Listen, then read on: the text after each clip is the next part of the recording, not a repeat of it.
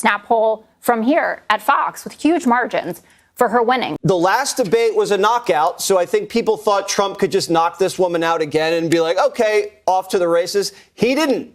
I learned my lesson with the red wave. Yeah, I knew it.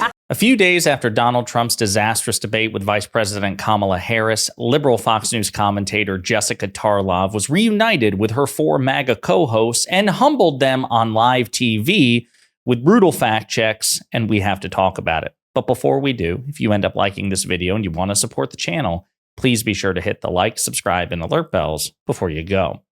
All right, friends, we have several clips to talk about in this video. This was the reunion that I was looking for. This was the rematch, even more so than a potential rematch against the vice president and Donald Trump, which, by the way, if you haven't seen it yet, we did a video about this yesterday. Donald Trump has officially said that there will be no rematch against the vice president. So traumatized is he from the first experience. But even more than that, I was anticipating, I was eagerly awaiting triumphant liberal commentator Jessica Tarlov being able to confront Jesse Watters, Jeanine Pirro, Dana Perino, and Greg Gutfeld about their cult leader's disastrous performance and see if she could burst the bubble as they struggle to cope with how terribly he did. And she handed out some pretty brutal fact checks as they struggled to cope with that fact. And it seemed like they were successfully humbled. It seemed like they tipped their hat and conceded that this was not Donald Trump's best night. But we're going to start with some good fact checks from Jessica Tarlov and go from there. We're not underestimating anything.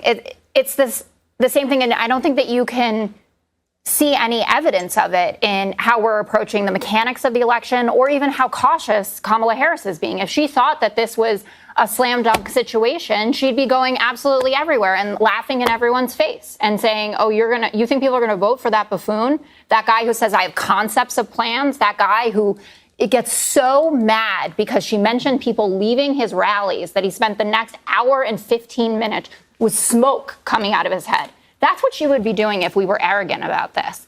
Nothing is being taken for granted. And to the point about the Michigan undecided voters or the lack of undecided voters, there were a number of focus groups after the debate. Washington Post had 24 people, 22 of them said Kamala Harris was the one who won the debate. CNN had similar margins, and we had a snap poll from CNN, a snap poll from here at Fox with huge margins for her winning. Does that translate to Kamala Harris is going to be the next president? I don't know, but it means she had a very good night. Go ahead. So again, the fact that they didn't interrupt and heckle means that they recognize they're so outmatched on the facts, it's not even worth attempting. So the cope that they were trying to deal with is, well, listen, a debate doesn't make or break an election. Now, when it goes well for Trump, they think it does, and they hype it up in that way. But when it goes disastrously for Trump, as Tuesday night did, well, it was just a debate, okay? And Donald Trump's support is set in stone. And indeed it is. I don't think it's possible for Donald Trump to have a debate performance so disastrous that it would cost him support. I genuinely believe that he could quite literally step out onto stage and have a Mitch McConnell mini stroke. You know, Mitch McConnell had a medical episode multiple times in public on camera in 2023. Donald Trump could have that. I mean, he is certainly in the throes of cognitive decline. He's certainly wildly stupid and incoherent and prone to non sequiturs, but he could just have a Mitch McConnell tier medical episode. He could have a stroke on stage, and I don't think it would cost him a single vote. If Donald Trump has one talent, it is, again, recognizing what animates his base. Not what persuades the majority of Americans, because he's never been able to do that, but what animates his base. And he said famously during his first presidential election that he could shoot someone on Fifth Avenue in New York and not lose a single vote. That was very much the case, and the evidence has consistently borne that out over the years on a variety of issues. More people in the Republican Party trust Donald Trump than religious leaders, than other political leaders, than family members and friends. We talked about that in a video just a few months ago. It was a staggering poll. I mean, to believe that you could trust any political leader more than your family members and friends, let alone a pathological liar like Donald Trump, it's staggering. We've seen Donald Trump warp Republican perceptions about things like presidential immunity, where even though a majority of Americans think that presidential immunity is absurd, if you poll Republicans and change president for President Trump, like specifically talk about Trump himself, support for presidential immunity skyrockets because they're so cultishly devoted to him. They're happy to put him above the Constitution, let alone the polling among Republicans about the 2020 election because of his lies. So I have no doubt that this hasn't moved the needle at all with respect to Trump supporters. However, independents, moderates, as Jessica Tarlov points out, the early results are staggering. Not just the Washington Post, not just CNN, not just these various flash polls and focus groups, but also Fox News, right? Fox is a propaganda network with respect to, in the sense that it puts its thumb on the scales for conservatives and Republicans, but like its polling apparatus has always been, they're a reputable pollster. They're an A-plus pollster. And I've said that even when they have Trump ahead. And their focus groups, their pollsters have Vice President Harris decisively dominating Trump in the post-debate polls. It's not a matter of, was this a toss-up? Was this basically a 50-50 debate? It was absolutely not. It was pure cope coming from MAGA Republicans and from some Fox propagandists. But to be clear, the Republicans enjoy so many institutional advantages, it's entirely possible, even now, for Donald Trump to win the election. And listen, they don't want to admit this because they pretended that the whole thing was in the bag. But when President Biden had his disastrous performance and the polls were taken afterwards, it was still within the margin of error. Yes, the polls were brutal for Biden, but he was still within the margin of error in both swing states and head-to-head against Trump. But the trajectory was such that Democrats were self-aware to recognize that there was a problem, and so pressure was applied on the president to get him to step down or to withdraw his candidacy. There's no such self-reflection in the Republican Party. As a matter of fact, we talked about this in a video yesterday. Bill O'Reilly and so many other Trump-supporting Republicans said Trump needs to scramble for a third debate. He needs to eagerly seek out a third debate.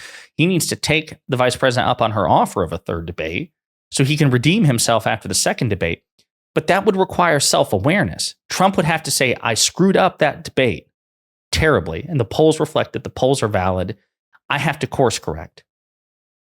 And then he would engage again in a superhuman act of self-awareness, realize that his true nature, his personality is insufficient to win a debate or the presidency, and he would adjust accordingly and go in for a third debate much better prepared.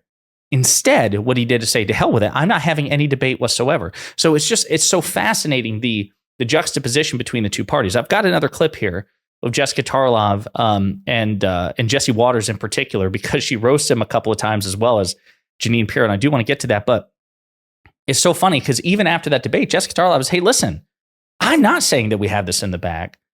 Yes, we have a polling advantage, generally head-to-head and swing states, certainly after the debate. We have a fundraising advantage. All these things are true. But Donald Trump has defied expectations before, and he could win this election. So again, just the hubris which exudes from the Republican Party, this unearned hubris, is staggering to me. They've learned nothing since 2020. Just staggering.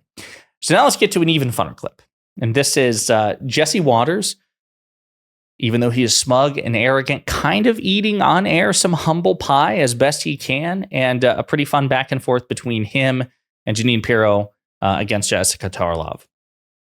But I feel great about this election. The last debate was a knockout, so I think people thought Trump could just knock this woman out again and be like, okay, off to the races. He didn't. There was no knockout. So now everyone's like, okay, it's going to be competitive. We're going to have to work for it. But the fundamentals are still in our favor. Every single battleground is either tied or he's up 0.5 or she's up 0.5. But if you go in tied with Donald Trump, he's going to win.